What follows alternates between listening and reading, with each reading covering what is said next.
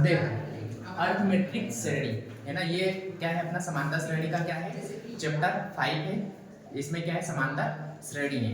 इसमें मैं सिर्फ एक छोटी सी स्टोरी बताऊंगा जिसको किसी को भी लेंगे अपन और उसकी शादी कराएंगे, सबसे बड़ी बात तो ठीक है। तो मोहित को लेते हैं है ना, अच्छे से स्टोरी समझना, पूरा का पूरा चैप्टर क्लियर, एक स्टोरी में पूरा चैप्टर क्लियर। मोहित को शादी करने की बहुत ज्यादा पड़ी है, क्या है मोहित को शादी करने की बहुत ज्यादा जल्दी है। उसने एक लड़की पसंद कर ली और मम्मी पास गया कि मम्मी मेरे को शादी करना है। स्टोरी समझना अच्छे से है ना, अगर चैप्टर समझना है तो स्टोरी समझ लो, पूरा चैप्टर ये स्टोरी का खत्म। मम्मी को बोलता है मम्मी मेरे को शादी करना है और उसकी नौकरी भी लग गई है। किसकी? मोहित की नौकरी भी लग गई है, ठीक है। और मम्मी के पास जाके क्या बोलता है मम्मी मेरे को शादी करना है, मेरी नौकरी लग गई है। तो मम्मी पूछती है बता बेटा तेरी सैलरी कितनी है? क्या बोलती है मम्मी बता बेटा तेरी सैलरी कितनी है? तो मोहित बोलता है कि मम्मी मेरी 10,000 रुपये सैलरी है और मेरे को क्या करना है शादी करना है और 10,000 रुपये मेरा खर्चा बराबर चल जा रहा है। तो मम्मी बोलती है ठीक है तेरा तो चल जा रहा है और तू बहू को लाएगा तो उसका भी खर्चा चलेगा 10,000 रुपया में। तो मोहित बोलता है अरे यार मम्मी चला लेंगे ना यार, मेरा ब्याह कर दो, मेरे को नहीं रुकना, मेरा ब्याह करना है, बात खत्म, ठीक है। तो मम्मी बोलती है, फिर मम्मी को मनाने के लिए मोहित एक चीज और बोलता है मम्मी मम्मी एक चीज बताना भूल गया मैं, मेरी सैलरी में ना 500 रुपया हर महीना इंक्रीमेंट हो रहा है। कितना रुपया? 500 रुपया हर महीना इंक्रीमेंट हो रहा है। तो मम्मी बोलती है ठीक है बेटा, जिस दिन तेरी सैलरी 15,000 हो जाएगी उस दिन मैं तेरा ब्याह करवा दूंगी, ठीक है। कितनी सैलरी हो जाएगी? 15,000। तो अभी नौकरी कितने की लगी है इसकी? 10,000 की। और हर महीने कितनी सैलरी का इंक्रीमेंट है? 500 का, ठीक है। तो चीजों को समझना है ना, इसकी पहली सैलरी होगी कितने की? 10,000 की। पहली सैलरी कितनी होगी? 10,000 की, ठीक है। तो दूसरी सैलरी कितनी हो जाएगी? 10,500 की, ठीक है। तीसरी सैलरी कितनी हो जाएगी? 11,000 की हो जाएगी, 11,000। फिर उसके बाद ऐसे कहां तक की चलेगी ये सैलरी इसकी? 15,000 तक की चलेगी, ठीक है। तो यही स्टोरी का सारांश। अब देखना स्टोरी कैसे समझ में आएगी है ना, ये स्टोरी कैसे समझ आएगी। अगर अपन को इसमें बोले कि इसका फर्स्ट टर्म क्या है, इसकी जो स्टोरी थी अपन ने अभी मोहित की स्टोरी बताई, इसमें इसकी पहली सैलरी कितनी थी? 10,000। तो इसमें पहली सैलरी क्या हो जाएगी? First term. कितनी हो गई? फर्स्ट टर्म है ना, क्या हो गई ये? First term. इसको क्या बोलेंगे अपन? पहला पद, ठीक है। वो उसको अपन किससे शो करते हैं? हमेशा पहले पद को किससे दर्शाते हैं? ए से। किससे दर्शाते हैं अपन? ए से। तो ए कितना हो गया यहाँ पर? 10,000 हो गया, ठीक है। अब देखो पहली सैलरी को अपन ने ए से दर्शाया, तो इस तरह से भी तो अपन कर सकते हैं, इसको A1 शो कर दो, पहली सैलरी A1, दूसरी सैलरी A2, तीसरी सैलरी A3 और डैश डैश डैश डैश ये सैलरी कहां तक पहुंच गई? AN तक पहुंच गई। तो अपनी AN सैलरी कब निकलेगी वो अपन को निकालना है, फॉर्मूला के साथ में जनरेट करना है, ठीक है। क्या करना है? फॉर्मूला के साथ में जनरेट करना है। तो फॉर्मूला बनाने से पहले ये देखो, जो अपना जो 500 रुपया हर साल बढ़ रहा है, मतलब हर महीने जो बढ़ रहा है 500 रुपया, वो क्या है? 500 रुपया अपना क्या है उसको भी तो समझना है, ठीक है। तो 500 रुपए हर साल बढ़ रहा है ना, तो 500 रुपए कैसे निकला? ये A2 में से जब अपन A1 माइनस करेंगे तब कितना निकलेगा अपना? 10,500 में से जब अपन कितना माइनस करेंगे? 10,000 माइनस करेंगे तब अपना कितना निकलेगा? 500 निकलेगा। उसी को अपन क्या बोलते हैं? डी। उसी को क्या बोलते हैं अपन?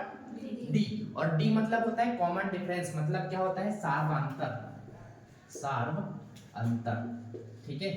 क्या बोलते हैं? सार्वअंतर, ठीक है। आया समझ में? नहीं आया? हुआ इतना क्लियर? तो दो चीजें आई समझ में, क्या? एक तो ए और एक तो डी, ठीक है। अब ये जो 15,000 ये क्या है? एन है। एन क्या है? अंतिम सैलरी। कितनी है? अंतिम सैलरी इसकी 15,000। 15,000 पे इसका ब्याह हो जाएगा तो ये इसकी क्या हुई? अंतिम सैलरी, ठीक है। तो ए एन को अपन किससे दर्शाते हैं? लास्ट टर्म से। किसको दर्शाते हैं? ए एन को लास्ट टर्म से। तो एक अपना क्या निकल गया? ए एन निकल गया, ए एन है ना। ये क्या था? कितना हो गया अपना? ये पहला पद कितना बचेगा? ये हो गया अपना सार्वअंतर। ये हो गया अपना अंतिम पद है ना। और एक चीज और बची, यहां से यहां तक कितनी सैलरी होगी? मतलब पदों की संख्या है ना, क्या? Number of terms. तो नंबर ऑफ टर्म्स को अपन किससे दर्शाते हैं? एन से। किससे दर्शाते हैं अपन? एन से। और एन क्या हो जाएगा अपना? पदों की संख्या। पदों की संख्या, संख्या। ठीक है, इतनी चीजें आई समझ में नहीं आई, है ना। अब देखो, अब अपन यहाँ से फॉर्मूला भी जनरेट करेंगे। अगर इतना आ गया समझ में ना, तो समझ लो तो पूरी की पूरी आप लोगों ने जंग जीत ली, है ना। चैप्टर आ गया पूरा समझ में आप लोगों को। तो 5.1 और 5.2 में सिर्फ इसके अलावा और कोई चीज नहीं आएगी, ये चार चीजों के अलावा और कोई चीज नहीं आएगी, ए डी ए एन और एम, इसके अलावा और कोई चीज नहीं आएगी। अब अपन फॉर्मूला निकालते हैं, ठीक है। कौन सा जो अपन को ये चैप्टर में काम आएगा वो फॉर्मूला निकालते हैं, ठीक है। तो ए एन निकालना है अपन को, एन। तो देखो पहला पद जो अपना ए था, ए मतलब फर्स्ट टर्म, वो कितना था अपना 500, कितना था 500। अगर अपन को a2 निकालना है, मतलब ये इसको a से शो करो, पहला पद मतलब ये कितना हुआ 500। अगर अपन को a2 निकालना है तो a2 कैसे निकलेगा अपना, a2 कैसे निकलेगा वो देखो, a2 में a2 कैसे निकलेगा वो देखो। a में क्या करेंगे अपन, d को क्या करेंगे जोड़ेंगे, मतलब पहले पद में अपन साधांतर को क्या करेंगे, मतलब कॉमन डिफरेंस को क्या करेंगे प्लस करेंगे, तब अपना क्या निकलेगा a2 निकलेगा। कैसे निकलेगा वो देखो, ये देखो क्या करेंगे, ये 10,000 में अपन क्या करेंगे, 10,000 में क्या करेंगे अपन, अगर 500 को 8 करेंगे, इसको 8 करेंगे तो अपना कितना निकलेगा 10,500 निकलेगा तब, है ना। अगर अपन को a3 निकालना है, क्या निकालना है, a3 निकालना है, तो अपन को क्या करना पड़ेगा, a में जो अपनी पहली सैलरी है उसमें जो कॉमन डिफरेंस का 2 गुना जोड़ना पड़ेगा। अगर पहली सैलरी निकालनी तो ये कितना हो जाएगा 2 हो जाएगा, मतलब ये 10,000 में कितना अपन को 2 इंटू कितना करना पड़ेगा 500 जोड़ना पड़ेगा, तो ये 5 दूनी 10, मतलब 1,000 ये और 10,000 ये, कितना हो गया अपना 11,000 हो गया। कौन सी सैलरी, तीसरी सैलरी, ये देखो तीसरी सैलरी 11,000 आ गई, है ना। वैसे ही अगर अपन को चौथी सैलरी निकालना है तो चौथी सैलरी a प्लस क्या कर देंगे इसका, इसको 3d कर देंगे, क्या कर देंगे इसको 3d कर देंगे, तो कितना हो जाएगा ये 10,000 और प्लस में कितना करेंगे 3 इंटू कितना करेंगे 500, तो कितना हो जाएगा ये अपना 11,500 हो गया। ऐसे क्या करेंगे अपन, जब बढ़ते जाएंगे ऐसे बढ़ते जाएंगे, और वैसे जब ए एन निकालना पड़ेगा अपन को, लास्ट सैलरी निकालना पड़ेगा, तो अपन यहाँ क्या करेंगे, ये ए प्लस, ये देखो यहाँ 4 था तो यहाँ कितना आया 3 आया, मतलब 1 माइनस हुआ। यहाँ 3 था, यहाँ कितना आया 2 आया, मतलब 1 माइनस हुआ। यहाँ कितना था 2 था, यहाँ कितना आया 1, 1 माइनस हुआ। तो यहाँ देखो, यहाँ कौन सा पद निकाल रहे हैं अपन, nवां पद निकाल रहे हैं, है ना, n टर्म्स निकाल रहे हैं। तो यहाँ क्या हो जाएगा, हर बार 1 माइनस हो रहा है। यहाँ 4 था तो 4 में से 1 माइनस हुआ, 3 बचा। यहाँ n है तो n में से भी क्या होगा 1 माइनस होगा, तो कितना हो जाएगा 4n माइनस 1, और ये साथ में क्या हो जाएगा d, तो ये क्या हो जाएगा अपना ये फॉर्मूला, ठीक है। अगर इतनी चीजें आ गई आप लोगों को समझ में, तो आप लोग पूरा का पूरा ये जो 5.1 है और 5.2 है पूरी की पूरी क्या हो जाएगी आप लोगों से बन जाएगी। जो 5.3 है उसका भी देख लो, 5.3 में क्या पूछेगा अपन से, 5.3 में सिर्फ इतना पूछेगा अपन से कि इनका सम कितना होगा, है ना। इसने 10,000 से स्टार्ट करी नौकरी, कितनी, वहीं से 10,000 से नौकरी स्टार्ट करी, कहाँ पे पहुंच रहा है वो 15,000 पे पहुंच रहा है, कहाँ पे पहुंच रहा है 15,000 पे पहुंच रहा है। तो 10,000 से लेके 15,000 तक पहुंचने तक इसने टोटल पैसे कितने कमाए, क्या कमाए, टोटल पैसे कितने कमाए। तो उसका जो फॉर्मूला होता है उसको अपन सम को एसएन से शो करते हैं। ये क्या होता है n/2 प्लस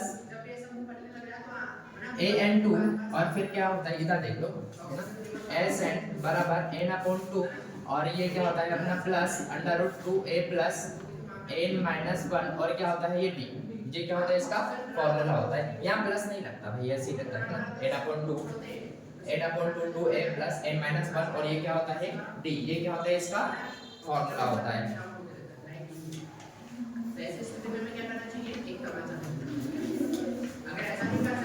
ठीक है, ये क्या होता है इसका फॉर्मूला होता है ना, ये वाला। या फिर ऐसे भी लिख सकते हैं अपन, यहीं पे लिख दो sn बराबर n/2 ब्रैकेट में 2a प्लस n-1, और क्या लिख सकते हैं इसको d, ये वाला फॉर्मूला। तो इसको अपन को 3.3 में पढ़ना है, किसमें पढ़ना है 3.3 में, सॉरी 5.3 में, ठीक है। तो अब यहाँ पर देखो अपन को 5.1 में क्वेश्चन कैसे आएंगे, 5.1 में क्वेश्चन आएंगे कि ये AP है या नहीं है वो बताओ, AP है या नहीं है वो बताओ। तो अगर AP होगी तो ये अपनी क्या है, ये तो अपनी AP आ गई, अरिथमेटिक प्रोग्रेस आ गया, है ना। तो ये AP है, तो इसमें AP है या नहीं है अपन कैसे पता करेंगे। इसमें कॉमन डिफरेंस क्या है 500, यहाँ भी कितना है 500, यहाँ भी कितना है 500, इधर भी कितना है 500। अगर कॉमन डिफरेंस सभी में सेम है, क्या है कॉमन डिफरेंस सभी में सेम है, तो वो क्या कहलाएगा अपना AP कहलाएगा।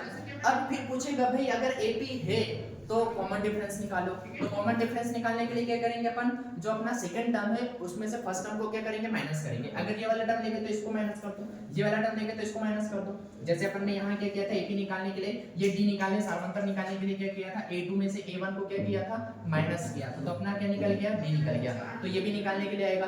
दूसरा क्या बोलेगा कि अपन को बताओ, अब क्या A बताओ, A फाइंड करो, है ना, क्या बोलेगा, A फाइंड करो। बस इतना ही क्वेश्चन है। देखो 90 के क्वेश्चन है, मैं आप लोगों को बता ही देता हूँ। क्वेश्चन फर्स्ट में तो अपन को सिर्फ AP बनाना है। ये क्वेश्चन फर्स्ट में क्या बनाना है, AP बनाना है, ठीक है। ये देखो क्या बोला है, निम्नलिखित स्थितियों में संबंध संख्याओं की सूची AP है या नहीं है वो बताना है अपन को। दूसरा क्वेश्चन देखो, दूसरे क्वेश्चन में अपन को प्रथम पद निकालना है और क्या निकालना है, सार्वंतर निकालना है, ठीक है। तीसरे क्वेश्चन में क्या निकालना है अपन को, अगर AP है तो अपन को प्रथम पद और सार्वंतर इसमें भी निकालना है।